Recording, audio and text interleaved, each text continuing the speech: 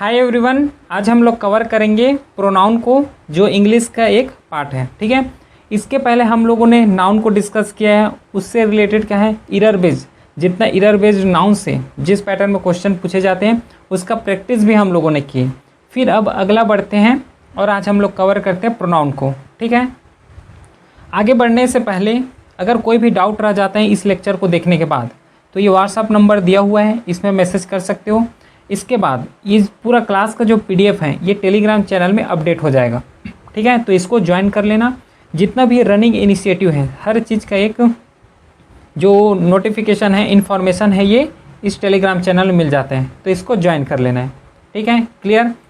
चलिए बढ़ते हैं फिर प्रोनाउन को और पूरे को यहाँ पे कवर करते हैं।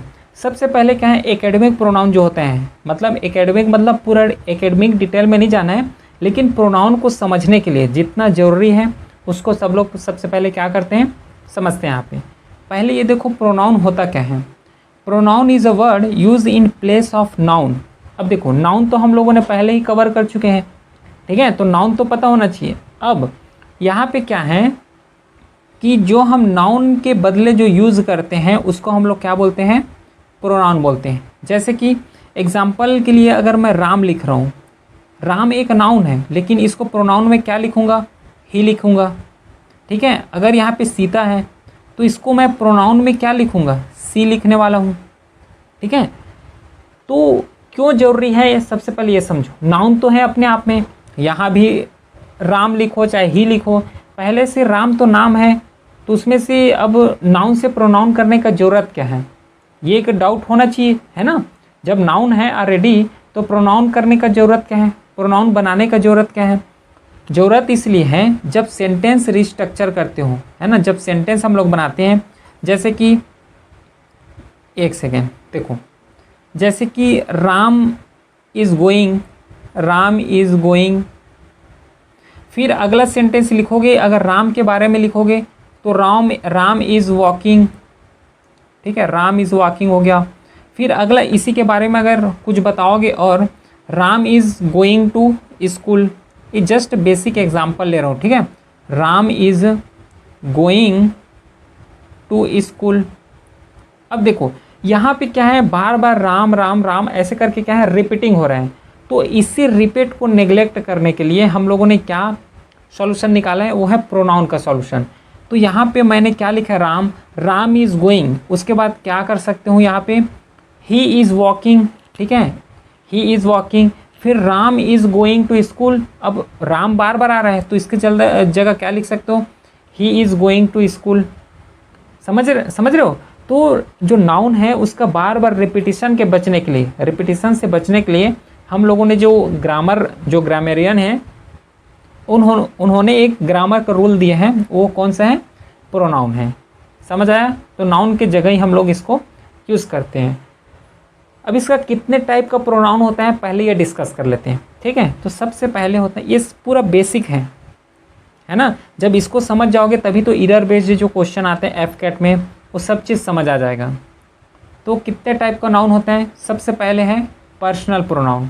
Personal means word use in place of noun referring to persons. मतलब पर्सनल को ऐसे कैसे याद रखोगे, पर्सनली से, पर्सनली लेके याद रखोगे। जैसे कि I, we, you, he, she, it, they, ये तो एकेडमिक इंग्लिश है। ठीक है, तो इसको जस्ट इसका मीनिंग अपने को पता होना चाहिए, इसका काइंड पता होना चाहिए। अगर क्वेश्चन में आ जाते हैं पर्सनल प्रोनाउन, चाहे क्या बोलते हैं उसको, क्या वर्ब हो गया, नाउन हो गया, इसको डिफ्रेंशिएट करने बोल दिए, तो अगर पर्सनल प्रोनाउन दे दिए तो एटलीस्ट उसको बना तो लो।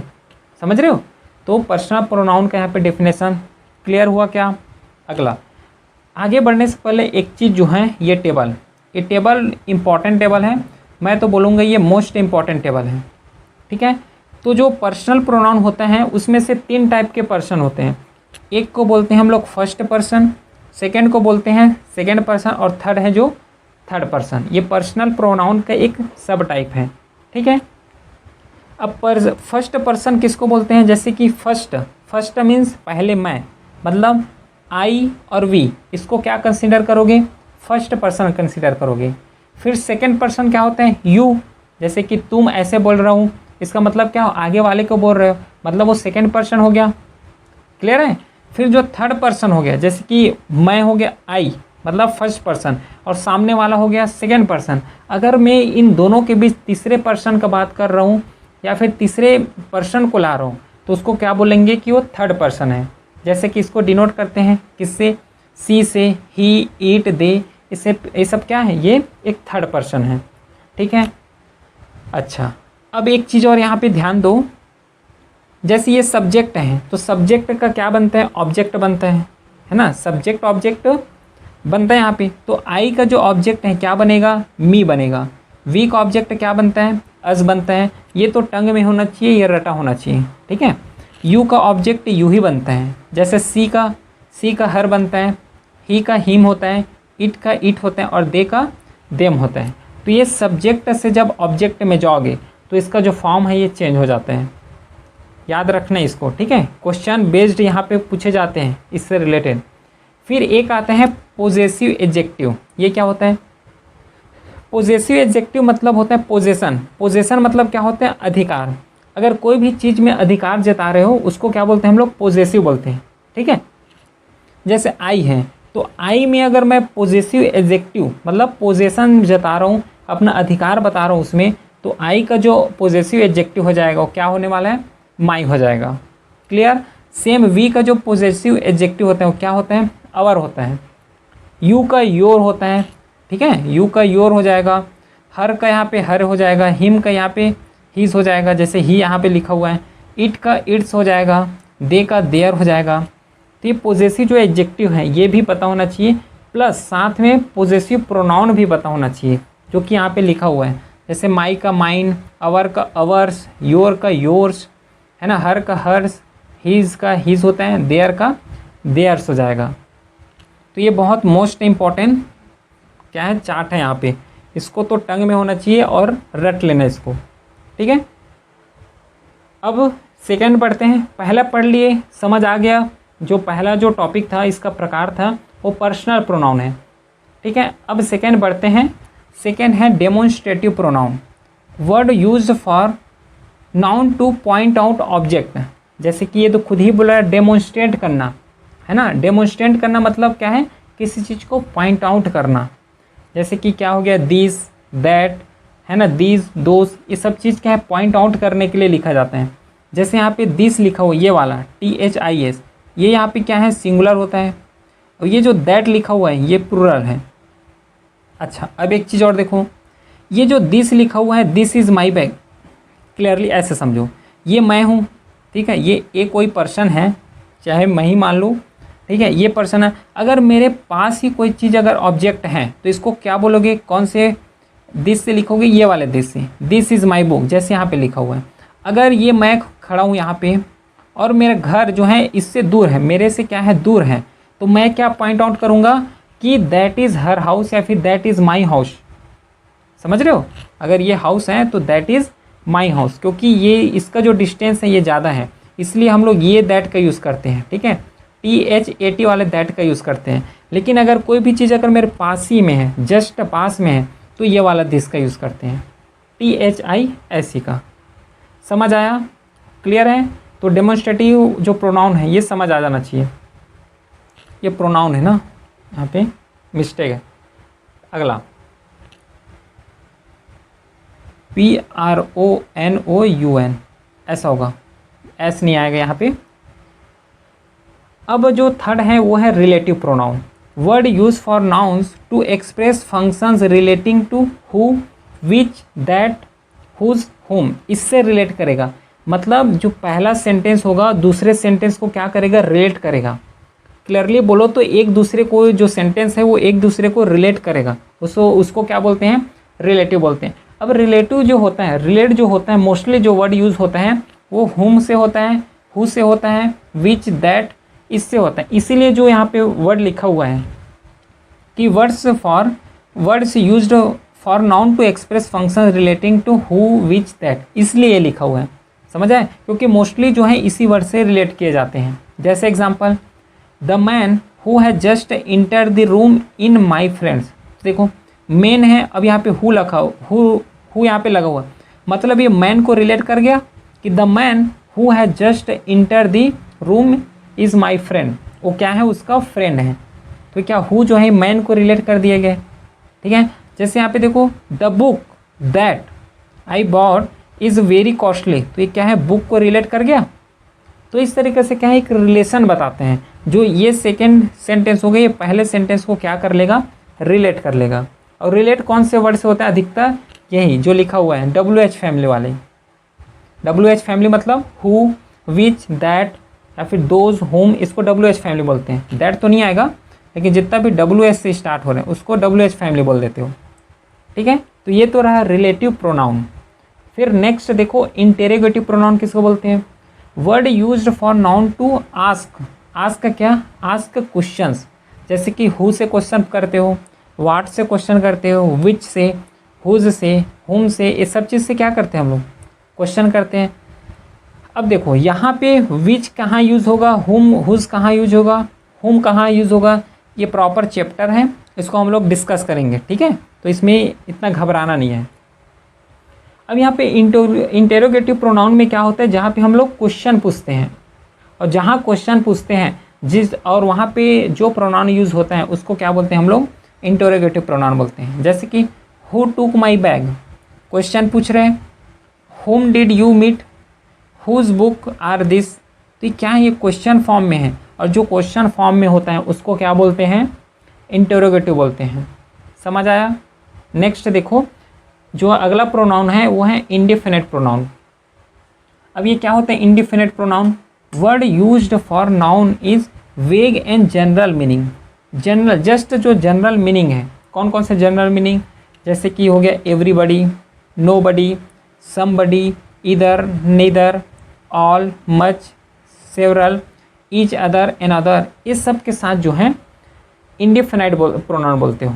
मतलब इसको जो बोलते हैं ये इंडिफिनिट जो प्रोनाउन है इसको कंसीडर लेके चलते हैं यहाँ पे। क्लियर है, ये समझ आया इंडिफिनिट प्रोनाउन। फिर अगला जो है रिफ्लेक्सिव, जो कि रिफ्लेक्ट करेगा। इसका सिंपल तरीका है, अगर लास्ट में सेल्फ लगा है या फिर सेल्व लगा है, जो एकेडमिक में पढ़े हैं, अगर ये दिख गया तो पता लगा लेना इजीली कि ये रिफ्लेक्सिव प्रोनाउन है। इसका डिटेल में एक्सेप्शन सब यहाँ पे डिस्कस करेंगे। तो जो रिफ्लेक्सिव प्रोनाउन है, word use as a form to personal pronoun for emphasis, कि हम लोग वहाँ पे क्या देते हैं, जोड़ देते हैं। जैसे कि माई है, माई बोलूँगा तब भी काम चल जाएगा, लेकिन अगर इसको माई सेल्फ बोल रहा हूँ मतलब उस चीज़ में ज़्यादा इम्फेसिस आ रहे हैं, उस चीज़ में ज़्यादा जोड़ दे के बोल रहे हो, मतलब उसमें क्या है, ज़्यादा रिफ्लेक्शन शो हो रहा है, इसलिए इसको क्या बोलते हैं, रिफ्लेक्सिव प्रोनाउन बोलते हैं। जैसे कि माई सेल्फ हो गया, आवर सेल्फ हो गया, him self, them self, your self, ये सब क्या है, रिफ्लेक्सिव प्रोनाउन है। जैसे कि एग्जांपल में डू इट योर सेल्फ, है ना, एक इम्फेसिस दे रहे हो यहाँ पे, एक जोड़ दे रहे हो। समझ आया इसका मीनिंग। फिर जो सेवेंथ है वो है distributive pronoun, used for individual and objective referring to them as a one at a time. अगर कोई भी चीज़ है, चाहे इंडिविजुअल हो चाहे ऑब्जेक्ट हो, उसको अगर एक समय में एक ही कंसिडर करते हो उसको क्या बोलते हैं, हो डिस्ट्रीब्यूटिव प्रोनाउन बोलते हैं। कैसे, जैसे यहाँ पे लिखा हुआ है इधर, नीदर, ईच। ईच क्या है कि इंडिविजुअल के बारे में बताओगे, एवरी पूरा ग्रुप के बारे में बताओगे, ऑब्जेक्ट के बारे में बता रहे हो, लेकिन एक टाइम में एक ही को यहाँ पे रिफ़र करोगे, ठीक है। जैसे एग्जांपल देखो, either of two sister is staying here, फिर neither of his arm is defective. तो ये सब चीज़ क्या है, एक पार्टिकुलर एक चीज़ को एक इंडिविजुअली को यहाँ पे लेके डिस्कस किए हैं। समझ आया। अगला बढ़े, ये चीज़ समझ आ गया डिस्ट्रीब्यूटिव प्रोनाउन होता क्या है, क्लियर। अगला अब है reciprocal pronoun, word used two point out mutual relationship. अगर रिलेशनशिप डिनोट कर रहे हैं तो उसको क्या बोलोगे, रेसिप्रोकल प्रोनाउन बोलोगे। जैसे ईच अदर हो गया, वन अनदर हो गया, तो ये क्या है, ये each other, one other, another, ये एक रिलेशनशिप को शो करते हैं। और जहाँ रिलेशनशिप शो हो रहा है उसको क्या बोलोगे कि ये जो प्रोनाउन है ये रेसिप्रोकल प्रोनाउन है, ठीक है। जैसे कि both the brothers have love each other, तो क्या है कि रिलेशनशिप को बता रहा है क्या यहाँ पे, है ना, क्लियरली बता रहे हैं यहाँ पे रिलेशनशिप को। फिर Indians should not fight with one another, तो यहाँ पे भी एक रिलेशनशिप को ही तो डिनोट कर रहे हैं। समझ आया कि नहीं आया? क्लियर है? तो इस तरीके से जितना भी एकेडमिक इंग्लिश था उसको हम लोगों ने यहाँ पे डिस्कस किए हैं। इसके बाद अपने को क्या पढ़ना है? रूल्स पढ़ना है। अगर यहाँ तक कोई डाउट हो तो ये चैनल भी है, नंबर भी दिया हुआ है, इसमें आप लोग पूछ सकते हैं, चाहे यूट्यूब बैच से रिलेटेड हो, चाहे इंग्लिश से रिलेटेड हो, चाहे गाइडेंस से रिलेटेड हो। तो अब हम लोग इम्पॉर्टेंट रूल्स जो हैं उसको डिस्कस कर लेते हैं। यहाँ पे केवल इम्पॉर्टेंट रूल्स से लिए गए हैं, ठीक है, क्योंकि रूल्स तो बहुत ज़्यादा हैं। जो इम्पोर्टेंट पर्सपेक्टिव से इम्पोर्टेंट है, जो एग्ज़ाम पर्सपेक्टिव से इम्पोर्टेंट है, उसी रूल को यहाँ पे हम लोग डिस्कस करेंगे, ठीक है। तो जिसमें से फर्स्ट रूल जो है क्या है? When the subject of verb is a receiver of the action is said to be reflected, such verb are used reflexively. मतलब क्या है? When the subject of verb, subject का verb is a receiver of action. मतलब example देखो, they enjoyed during summer vacation.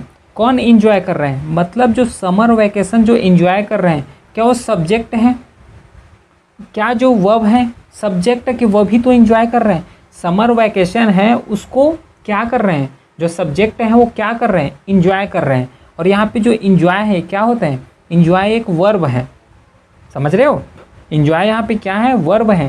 तो summer vacation जो है उसको कौन क्या कर रहे हैं? दे। यहाँ पे देखो, दे सब्जेक्ट हैं, इंजॉय यहाँ पे वर्ब है, बाकी क्या है? ऑब्जेक्ट हैं, बाकी ऑब्जेक्ट हैं। तो जो ऑब्जेक्ट हैं, जो समर वैकेशन है, वो रिसीव कौन कर रहे हैं? वर्ब यहाँ पे रिसीव कर रहे हैं। जो इंजॉय है ये क्या है? इंजॉय।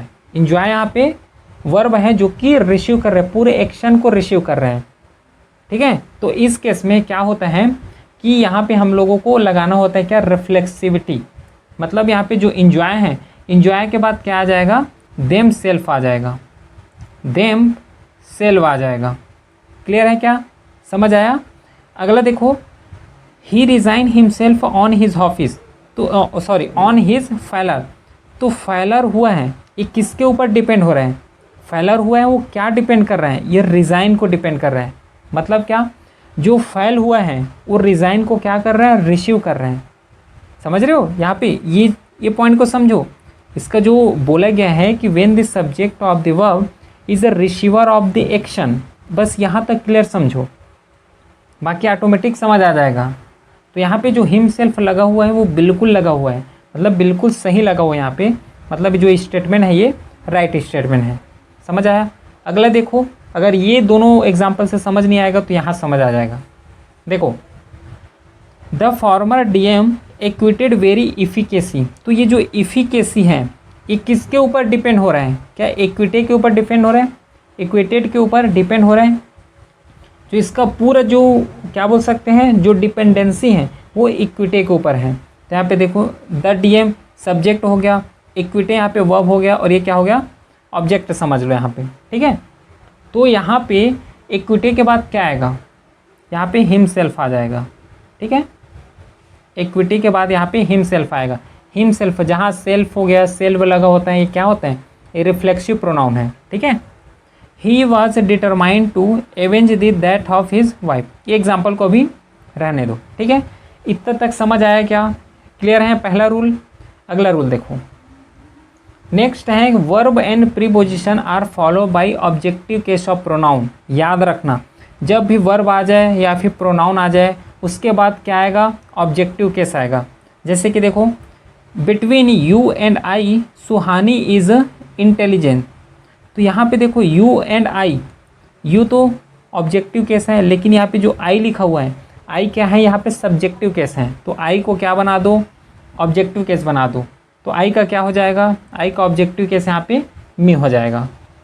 समझ आया? समझ रहे हो कि नहीं समझ रहे हो? पहले ये बताओ, ठीक है। क्लियर हुआ?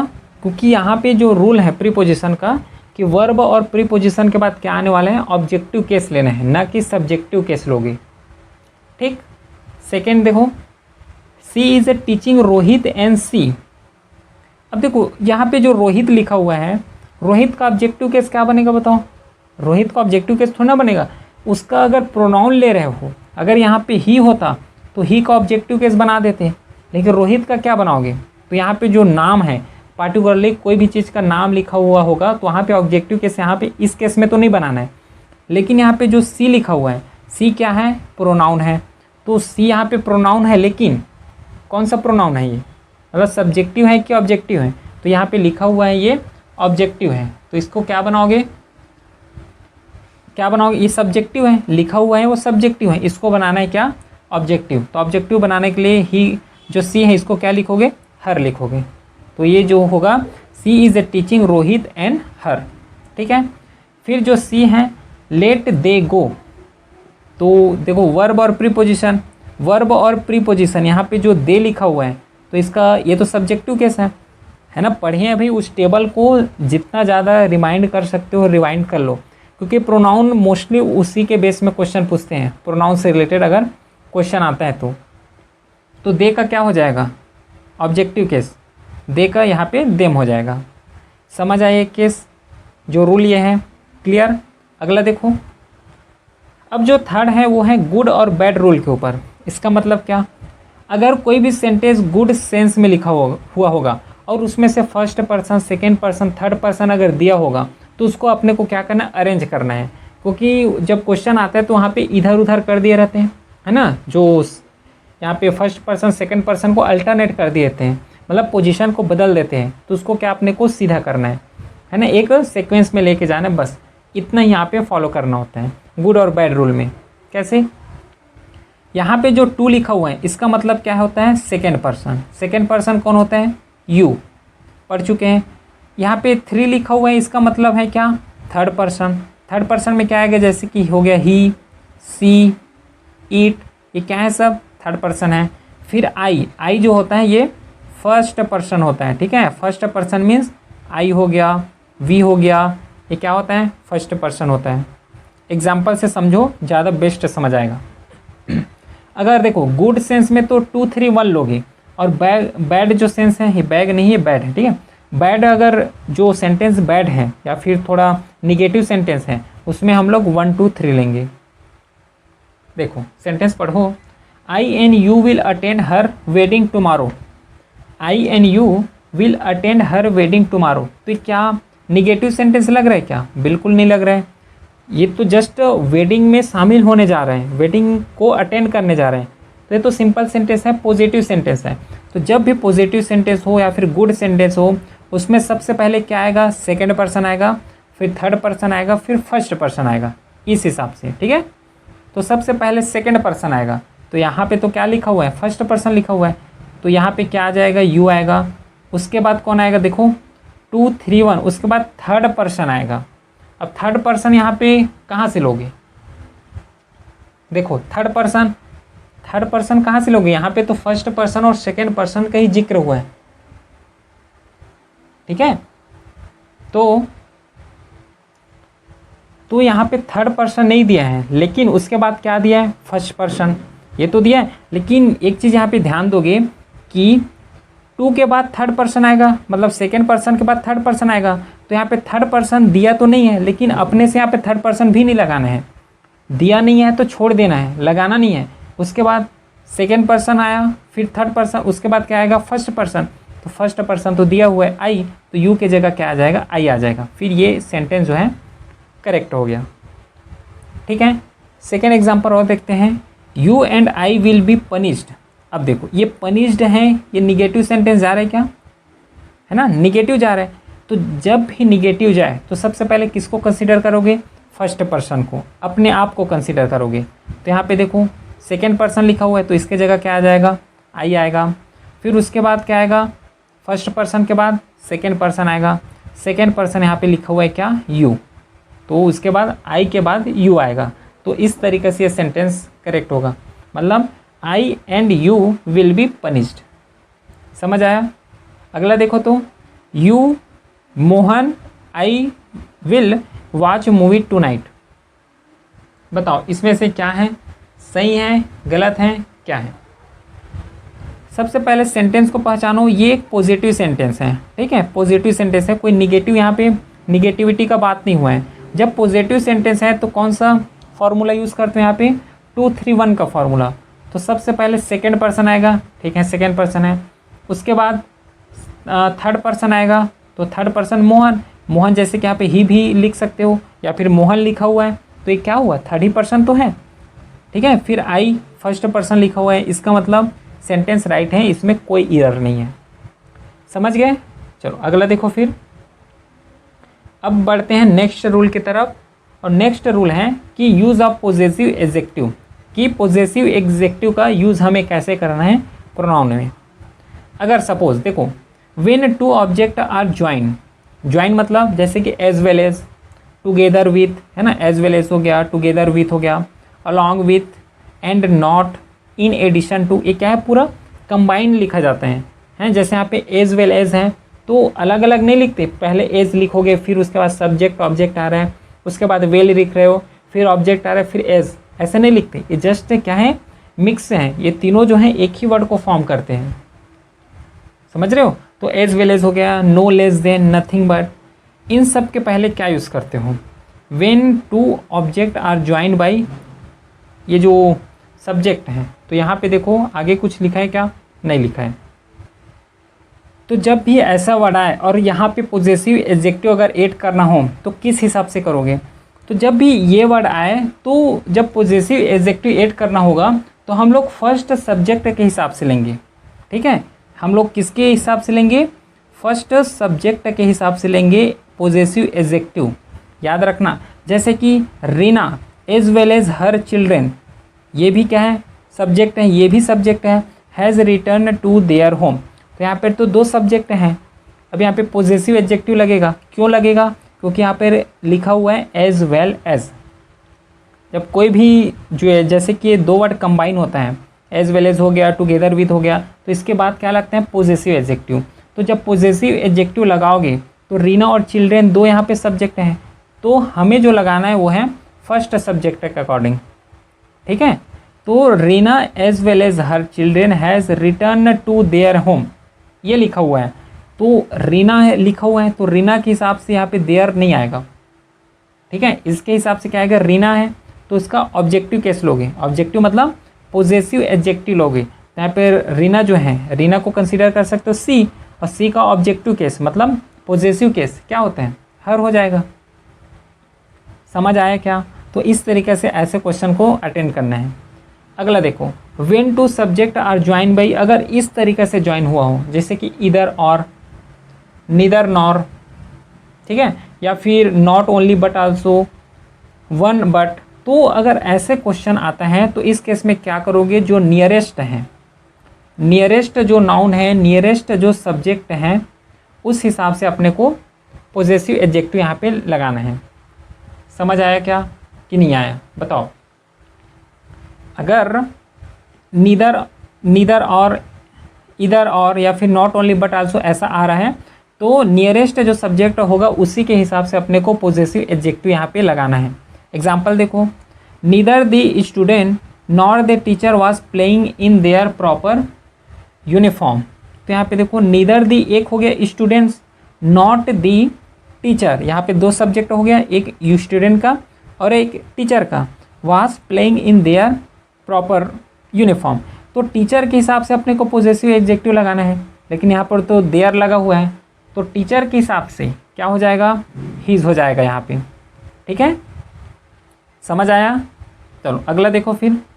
नेक्स्ट, व्हेन दी प्रोनाउन अगर ईच है, एवरी है, नीदर है, नॉर है, तो इस केस में क्या होगा ये समझना है।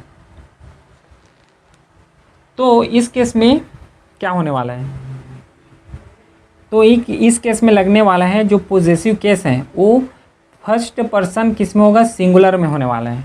मतलब जो भी अगर ईच हो गया, एवरी हो गया, neither, either, anyone, many, more than one are अगर यूज हुआ है एज अ सब्जेक्ट, तो पोजेसिव केस जो लगने वाला है शुड बी पर्सन क्या होना चाहिए, सिंगुलर होना चाहिए। और कौन सा पर्सन होना चाहिए, अगर डिटेल में जाओगे तो यहाँ पे थर्ड पर्सन का बात कर रहे हैं। ठीक है, थर्ड पर्सन यहाँ पे लगना है, पोजेसिव एडजेक्टिव जो लगेगा थर्ड पर्सन के हिसाब से लगेगा। कैसे देखो, एग्जाम्पल देखो, each one of us is doing our duty properly. Each one, यहाँ पे देखो सिंगल का बात हुआ है, each one of us is doing duty properly. इसमें इरर देखो, क्या इरर है यहाँ पे, कि जो ये अवर लिखा हुआ है ये क्या हो जाएगा, हिज में चेंज हो जाएगा।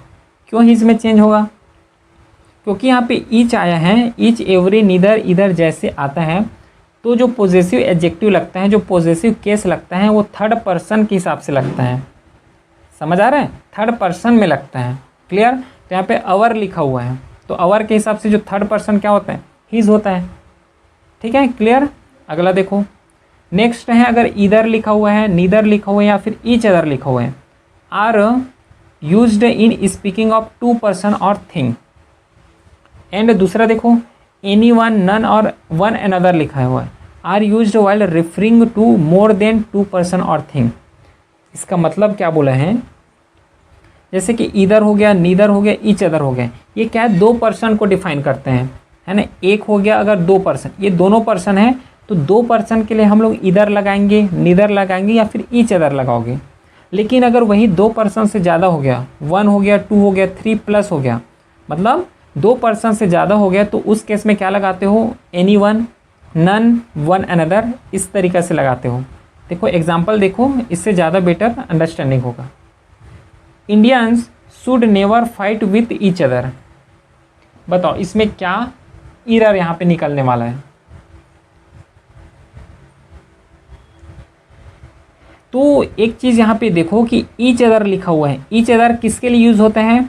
दो लोगों के लिए यूज़ होते हैं।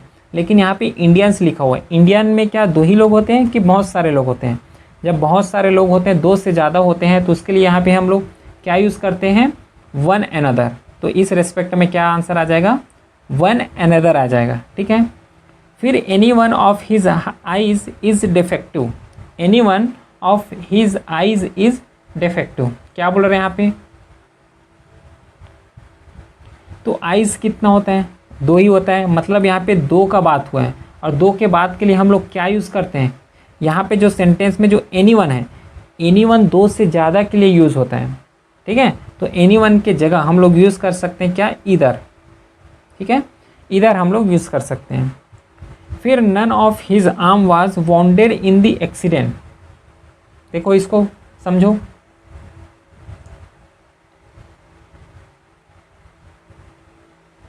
None of his arm was wounded in the accident. अब बताओ एक्सीडेंट हुआ उसमें से उसके हाथ को कुछ नहीं हुआ, तो ये जो नन लिखा हुआ है किसके लिए यूज़ होता है? नन जो है दो से अधिक के लिए यूज़ किए जाते हैं नन को, लेकिन अपने पास जो हाथ है वो केवल दो ही है। ठीक है, तो इस हिसाब से यहाँ पे क्या यूज़ करोगे? नीदर यूज़ करोगे, NEITHER। देखो यहाँ पे नीदर लिखा हुआ है, यहाँ पे ईदर लिखा हुआ है। ये वाले जो नीदर है इसका मतलब होता है दो में से वन। ठीक है, नीदर मतलब क्या होता है? दो में से वन, या तो पहला हो सकता है या फिर दूसरा हो सकता है। लेकिन ईदर का मतलब क्या होता है? दोनों को ही यूज़ करते हो। ठीक है, ठीक है। यहाँ पे जैसे कि आम का अगर वाउंड हुआ है, आम जो है हाथ जो है अगर लगा हुआ है ना, तो दोनों में से एक आम को यहाँ है या फिर दोनों में से एक हाथ को यहाँ पे लगा हुआ है। इस केस में, किसमें? नीदर केस में। अगर ईदर होता तो दोनों हाथ को ही लगा होता। ठीक है, समझ रहे हो? तो ये तो रहा इसका एग्जाम्पल। फिर 6 देखो, which is used in place of who when we are referring to choice between two और मोर देन टू थिंग। अगर हम लोग चॉइस में चॉइस कर रहे हैं, कोई भी चीज़ को चॉइस कर रहे हैं और चॉइस दो हो या फिर तीन हो, दो तीन में से या फिर दो तीन से ज़्यादा से अगर चॉइस कर रहे हो, तो विच के जगह हम लोग क्या यूज़ करते हैं? हु यूज़ करते हैं। ठीक है, सॉरी, हु के जगह हम लोग क्या यूज़ करते हैं? यहाँ पे विच यूज़ करते हैं। एग्जाम्पल कि of the two sister who is more intelligence. अब देखो यहाँ पे कंपैरिजन हो रहा है क्या? Two sister who is more intelligence, हम लोग यहाँ पे क्या कर रहे हैं? चॉइस ही तो कर रहे हैं अगर देखा जाए तो इसमें क्या आंसर होगा? देखो तो यहाँ पे जो हु लिखा हुआ है, जब भी चॉइस का बात आए तो चॉइस का जब बात आता है तो हु के बदले हम लोग क्या यूज़ करते हैं? विच यूज़ करते हैं। ठीक है, ध्यान रखना, ये रूल है इसका।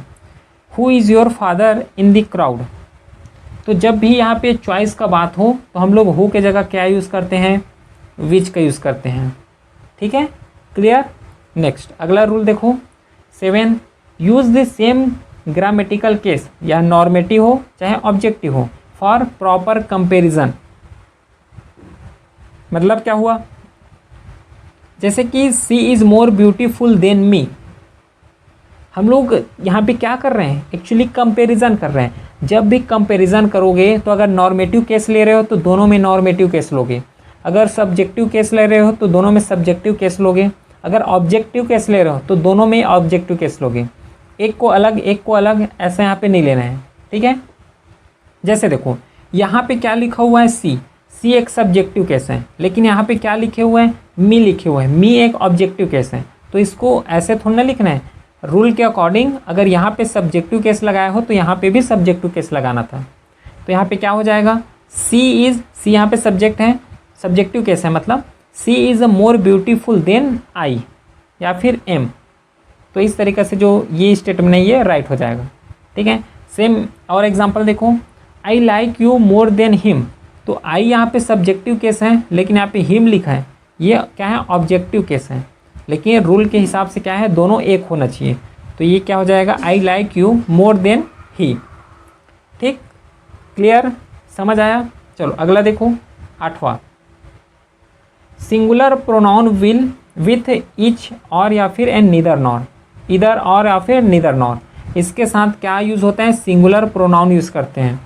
कैसे, एग्जाम्पल देखो, इधर यू और your sister are going to concern, इधर यू और your sister is going to the concern. इसमें से पहला जो है इनकरेक्ट है। क्यों, क्योंकि इधर और या फिर नीदर नॉर, इनके साथ हम लोग सिंगुलर प्रोनाउन यूज़ करते हैं, समझ रहे हो। तो यहाँ पे आर लिखा हुआ है, आर एक क्या है, प्लूरल है, तो इसके जगह हम लोग क्या यूज़ करेंगे, सिंगुलर यूज़ करेंगे। तो इस तरीके से जो सेकंड स्टेटमेंट है ये यहाँ पे राइट हो जाएगा। समझ आया, क्लियर। अगला देखो, if one is used as an subject of sentence तो ones is used as a possessive adjective. ये क्वेश्चन CDS में भी पूछे जाते हैं, NDA में भी पूछते हैं इसको, ठीक है, FCAT में भी पूछते हैं, ठीक है। देखो, if one is used as subject, जैसे देखो वन यहाँ पे यूज़ हुआ है, एज अ सब्जेक्ट यूज़ हुआ है, तो जो उसका पोजेसिव एडजेक्टिव होगा वो किस में चेंज हो जाएगा, वंस में चेंज होगा। मतलब one should keep his word, ये हिज यहाँ पे रॉन्ग हो जाएगा, यहाँ पे क्या आएगा, वंस आ जाएगा, ठीक है। अगर वन सब्जेक्ट यूज़ हुआ है तो वंस आएगा, इसको जस्ट याद रखना है, ठीक है। तो ये तो रहा जितना भी इम्पोर्टेंट जो FCAT के लिए इम्पोर्टेंट हो सकते हैं, जो रूल्स हैं उसको हम लोग डिस्कस किए हैं, एग्ज़ाम ओरिएंटेड डिस्कस किए हैं, ठीक है। चलिए फिर मिलते हैं अब MCQ सीरीज़ के साथ, प्रैक्टिस सीरीज़ के साथ, क्योंकि ये तो चैप्टर ख़त्म हुआ, थ्योरी पढ़े हैं तो थ्योरी तो कंप्लीट हो गया, लेकिन इसके बाद प्रैक्टिस भी तो ज़रूरी है। जब प्रैक्टिस करोगे तभी तो ये समझ आएगा कि जो थ्योरी पढ़े हैं वो अप्लाई हो रहा है कि नहीं हो रहा है, ठीक है। तो चलिए फिर मिलते हैं प्रैक्टिस सीरीज़ के साथ, तब तक के लिए थैंक यू।